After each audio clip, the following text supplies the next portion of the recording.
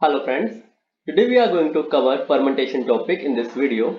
In the previous video we had covered the partial oxidation of glucose into pyruvate और pyruvate से फिर आगे आपके तीन मॉलिक्यूल्स बन रहे थे depending on the type of respiration.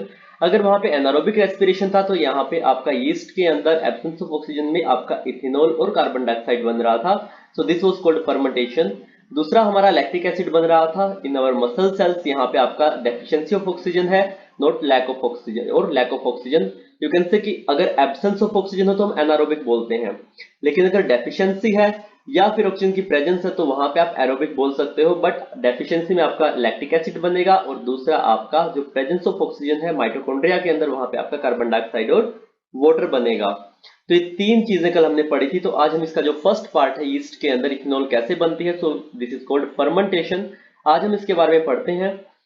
अब ये आपका जो डायग्राम है फिगर 14.2 इन एनसीईआरटी, तो ग्लूकोज का आपका ग्लिसरॉल्डिहाइड 3 फॉस्फेट बन रहा है, ये पूरा आपका ग्लाइकोलिसिस के अंदर था। फिर वहां से आपका 3 फॉस्फोग्लिसरिक एसिड बन रहा है, फिर फॉस्फेनोल पायरुविक एसिड बन रहा है एंड देन यहाँ पे आपका पायरुविक एसिड बन रहा है। तो यहां तक कल हमने ग्लाइकोलिसिस प्रोसेस के अंदर कवर किया था।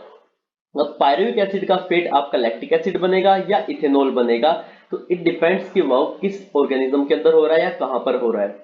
तो फर्स्ट थिंग कि अगर ईस्ट के अंदर होगा तो हम उसको बोलते हैं फर्मेंटेशन या फिर यू कैन से अल्कोहलिक फर्मेंटेशन। तो यहाँ पे पायरुविक एसिड आपका 3 कार्बन का मॉलिक्यूल है, इथेनॉल आपका 2 कार्बन का मॉलिक्यूल है, प्लस एक साथ में निकलेगी कार्बन डाइऑक्साइड। तो इस तरह से आपका पायरुविक एसिड से इथेनॉल प्लस CO2 बनेगा एंड यहाँ पे जो एंजाइम आएगा उस एंजाइम का नाम है पायरुविक एसिड डिकार्बोक्सिलेज, क्योंकि CO2 का रिमूवल हो रहा है, यहाँ से CO2 पायरुविक एसिड में से निकल रही है, so this is decarboxylation. So removal of CO2 is decarboxylation और पायरुविक एसिड में से निकल रही है, so the enzyme is pyruvic acid decarboxylase. दूसरा आपका अल्कोहल डिहाइड्रोजनेज। डिहाइड्रोजनेज का मतलब कल हमने पढ़ा था डिहाइड्रोजनेशन, जहां पे हाइड्रोजन का रिमूवल हो या हाइड्रोजन का एडिशन हो। तो यहाँ पे देखिए जब आपका पायरुविक एसिड से इथेनॉल बन रहा है तो NaDH plus H positive hydrogen atom, यहाँ पे आपके जो दो रिडॉक्स इक्विवेलेंट्स हैं H पॉजिटिव, वो यहाँ पे आपके इन्वॉल्व हो रहे हैं। तो इसकी वजह से हाइड्रोजन की वजह से एंजाइम आया dehydrogenase. So this is alcohol dehydrogenase. Okay, तो ये दो आपके जो कंपाउंड्स या दो एंजाइम्स है ये यहाँ पे आपके यूज होंगे या इनके थ्रू रिएक्शन मीडिएटेड होगी। पायरुविक एसिड से जब इथेनॉल बनेगा तो आपका पायरुविक एसिड डिकार्बोक्सिलेज के थ्रू प्लस अल्कोहल डिहाइड्रोजनेज के थ्रू ये बनेगा।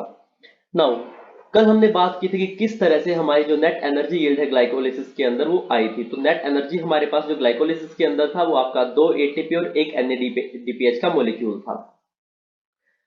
सॉरी नोट एक, दो NADPH के मॉलिक्यूल थे, तो 2 एटीपी और 2 NADPH के मॉलिक्यूल थे। अब हम यहाँ पे बात करते हैं, तो ये पूरा आपका देखिए इधर से शुरू से ग्लूकोज से आपका पायरुविक एसिड बना और इथेनॉल, ये वाला पाथ जो है ये आपका मैं ले रहा हूं यहाँ पे।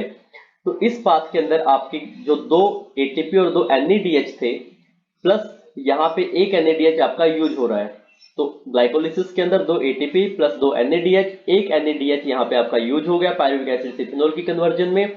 तो नेट जो आपका एनर्जी गेन बचा यीस्ट के अंदर इथेनॉल फॉर्मेशन में, that is 2 ATP and 1 NADH। अब हम बात करते हैं लैक्टिक एसिड फर्मेंटेशन की। तो पायरुविक एसिड आपका 3 कार्बन का मॉलिक्यूल है, लैक्टिक एसिड भी आपका 3 कार्बन का मॉलिक्यूल है। तो यहाँ पे आपका कोई कार्बन डाइऑक्साइड का रिमूवल नहीं होगा, यहाँ पे सिर्फ आपका NADH plus H positive use होगा। एंड यहाँ पे जो एंजाइम आएगा उसका नाम है आपका लैक्टेट डिहाइड्रोजनेज। तो ऑब्वियसली यहाँ पे आपका हाइड्रोजन की इन्वॉल्वमेंट है तो एंजाइम के आगे डिहाइड्रोजनेज लगेगा एंड लैक्टिक एसिड बन रहा है, so this is lactate dehydrogenase. And यहाँ पे आपका जो नेट गेन है अगेन हमारा सेम रहेगा अल्कोहलिक फर्मेंटेशन की तरह, दैट इज कि जो हमारे पास ग्लाइकोलिसिस के 2 एटीपी और 2 NADPH थे प्लस ये आपका एक NADH यहाँ से रिमूव हो जाएगा या यहाँ पे यूज हो जाएगा। तो नेट गेन हमारे पास बचा एनर्जी का यहाँ पे, दैट इज 2 एटीपी एंड एक NADH। So this is your fermentation. तो ओवरऑल मैंने इसके थ्रू आपकी समराइज कर दी है। अब हम इसको एक बार एनसीईआरटी की जो स्टेटमेंट्स है, एनसीईआरटी की जो लाइन है उसकी हेल्प से पढ़ लेते हैं। So topic 14.3 fermentation. In fermentation say by the incomplete oxidation of glucose achieved under anaerobic conditions. तो एनारोबिक कंडीशंस है ये डेफिशिएंसी या लैक ऑफ ऑक्सीजन है।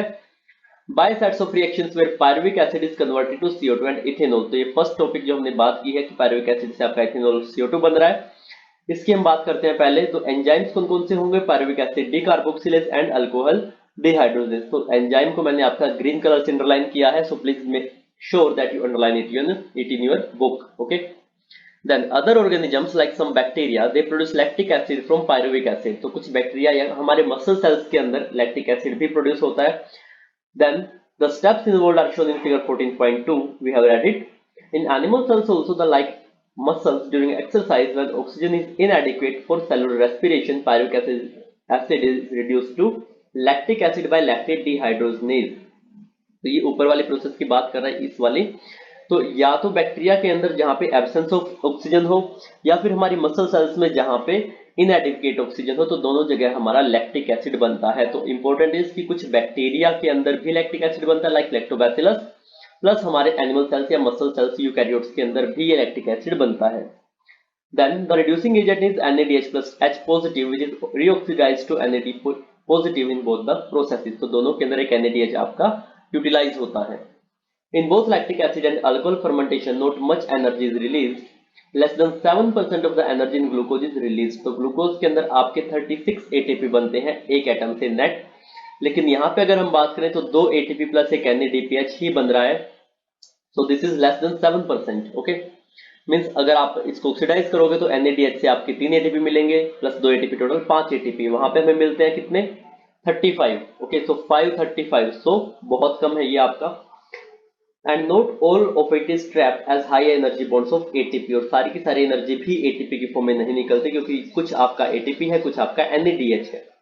Also the processes are hazardous. इधर एसिड और अल्कोहल इज प्रोड्यूस्ड. तो दोनों ही आपके टॉक्सिक हैं, एसिड भी अल्कोहल भी सेल के लिए. What is the net ATP that is synthesised. तो ये हमने साथ साथ आपका कैलकुलेट किया है कि कितने हमारे यूज हुए और कितने हमारा गेन था. तो हमारे ग्लूकोज से लेकर और इथेनॉल या लैक्टिक एसिड तक जितना भी हमने किया था कि यहाँ पे लैक्टिक एसिड के अंदर 2 ATP एक NADH और इसी तरह से इथेनॉल के अंदर 2 ATP और एक NADH, ये दोनों चीजें हमने कवर की हैं. So now calculate how many ATP are synthesized and deduct the number of ATP utilized during glycolysis. So we have done it. Next line, yeast poison themselves to death when the concentration of alcohol reaches about 13%. So important is ऊपर क्या लिखा है कि दोनों ही acid और alcohol दोनों ही products जो है आपके हजार्डस है. मींस कुछ पार्टिकुलर कंसंट्रेशन के बाद वहां पे सेल की डेथ हो जाएगी. तो ये जो आपकी लाइन है कि यीस्ट पॉइजन देमसेल्व्स, तो जब आपका लगातार अल्कोहलिक फर्मेंटेशन होती रहती है तो उसके बाद आपका जब कंसंट्रेशन अल्कोहल की 13% के आसपास पहुंच जाती है तो यीस्ट की डेथ हो जाती है, सेल्स की डेथ हो जाती है. So this is yeast poison themselves to death. Then what would be the maximum concentration of alcohol in beverages that are naturally fermented. देखिए दो चीजें हैं आपकी. एक आपकी नेचुरली फर्मेंटेड अल्कोहल है. ओके, उसके अंदर मैक्सिमम कंसंट्रेशन कितनी होगी 13%, क्योंकि उसके बाद यीस्ट है वो मर जाएगी तो यीस्ट आपके अलाइव नहीं रहेगी. तो मैक्सिमम कंसंट्रेशन जो नेचुरली फर्मेंटेशन के अंदर होती है वो आपकी 13% है. लेकिन how do you think alcoholic beverages of alcohol content greater than this concentration are obtained. अब अगर 13% से ज्यादा, नॉर्मली अगर आप अल्कोहल या रम या विस्की अगर इनकी कंसंट्रेशन देखोगे तो वहां पे आपको 42.5 या 40 to 42% के आसपास मिलती है. तो 13% से 42% पे वो कैसे बढ़ी. तो दिस इज बाय डिस्टिलेशन. तो यहाँ पे हमने उस अल्कोहल को जो नेचुरली फर्मेंटेड अल्कोहल है उसको हमने डिस्टिल किया है और डिस्टिलेशन के थ्रू हमने उसकी जो कंसंट्रेशन है वो बढ़ाई है. Then what then is the process by which organisms can carry out complete oxidation of glucose and extract the energy stored and to synthesize a large number of ATP molecules needed for cellular metabolism. तो अगर यहाँ पे अब तक हमने क्या देखा कि ग्लाइकोलिसिस के अंदर हमारा 2 ATP और 2 NADH बन रहा है. अगर हम लैक्टिक एसिड फर्मेंटेशन या अल्कोहलिक फर्मेंटेशन की बात करते हैं तो वहां पे 2 ATP और एक NADH बन रहा है. तो अगर हमें 36 ATP चाहिए तो क्या करना पड़ेगा सेल को. तो ये आपका यूकैरियोट्स के अंदर होता है and this takes place within the mitochondria and it requires oxygen और इसको हम बोलते हैं aerobic respiration. So it leads to a complete oxidation of organic substances in the presence of oxygen and releases CO2, water and a large amount of energy present in the substrate. तो कल हमने जो diagram introduce किया था ये 10th class की book से देखिए ये वाला. तो यहाँ पे माइटोकॉन्ड्रिया के अंदर ऑक्सीजन की प्रेजेंस के अंदर कार्बन डाइऑक्साइड, वाटर और एनर्जी यहाँ पे निकल रही है और एनर्जी आपके 36 ATP मॉलिक्यूल्स यहाँ पे आपके रिलीज होंगे. इसके बाद लास्ट लाइन जो है, this type of respiration is most common in higher organisms, क्योंकि हायर ऑर्गेनिजम्स के अंदर एनर्जी नीड्स ज्यादा है और एनर्जी रिक्वायरमेंट फुलफिल करने के लिए उनको एरोबिक रेस्पिरेशन पे डिपेंड होना पड़ेगा. तो this is all for today. आज के टॉपिक के अंदर हमने फर्मेंटेशन पढ़ा, उसके अंदर जो नेट गेन है वो पढ़ा एंड ग्लूकोज से किस तरह से आपका इथेनॉल और लैक्टिक एसिड बनता है, कितने वहां पे एनर्जी का कंजम्पशन है या कितना एनर्जी का यूटिलाइजेशन है, प्लस कौन कौन से एंजाइम्स हैं. So all this is important and you have to revise it, you have to repeat it again. Until then, bye bye, take care. We will cover the aerobic respiration in the next video. Thank you.